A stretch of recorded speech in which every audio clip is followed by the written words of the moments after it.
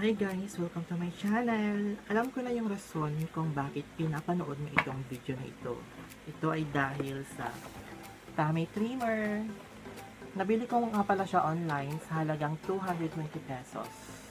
At saka unang kita ko pa lang sa kanya, I decided to order kasi ito yung mga klase ng exercise equipment or material na kailangan ko talaga ngayon sa panahon ng pandemic na hindi ka basta-basta makakapasok sa gym kasi dahil nga sa coronavirus, nag-iingat lang tayo. Kaya I decided na ito na lang yung bilhin kasi pwede ka naman maka-exercise kahit andito ka lang sa bahay. I mean, kailangan ko talaga siya kasi gusto ko siyang subukan kasi ilang beses na ako nakakarinig na ang taba-taba ko na daw, ang laki-laki ko na, malaki na daw masyado yung tiyan ko. Obvious naman po, ang laki-laki na talaga mo. Ito po. Tsaka nakaka-embarrass talaga kapag pag sinasabihan ka na malaki na yung tiyan mo. Nakakawala siya ng confidence. Kaya, sana makatulong to. Sana mabawasan yung laki ng tiyan ko. Wala naman sigurong masama kung susubukan ko siya. Ito nga pala yung laman niya.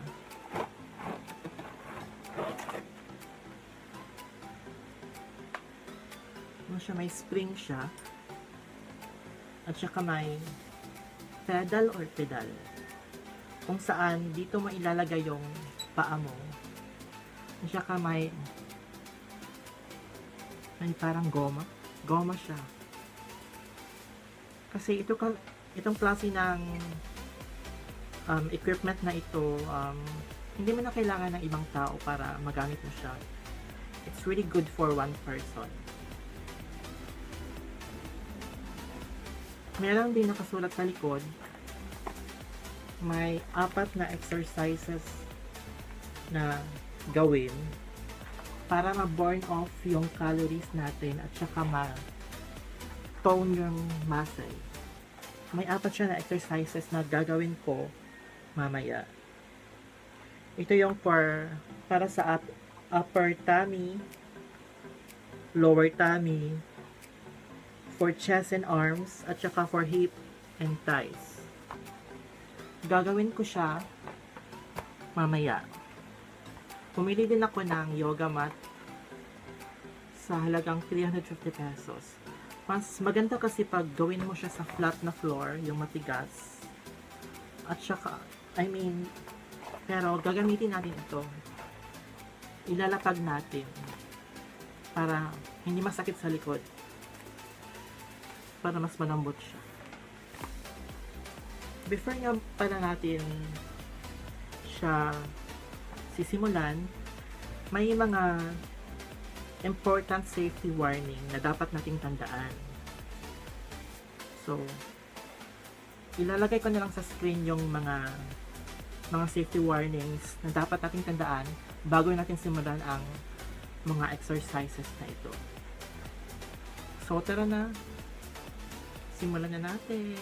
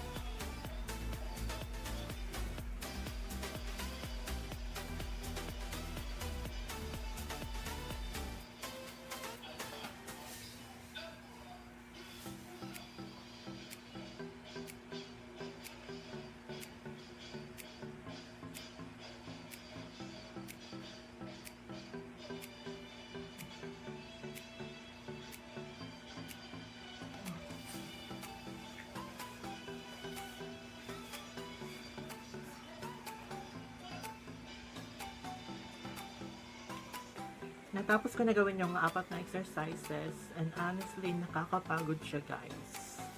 At napansin ko, may namumuong parang forsa sa tiyan ko na masakit. Pero hindi yung masakit na masakit. Tolerable naman siya. At yan din yung sabi ng aking friend na nasubukan na yung tummy trimmer. Actually, gusto ko siyang gawin ng 1 week. Gusto kong malaman kung ano yung magiging resulta. Kung may chance ba talaga na liliit siya, liliit yung ating tiyan. Kung nakaka-trim ba talaga siya ng ating tummy. Kaya, gagawin ko siya in 1 week. 1 week challenge.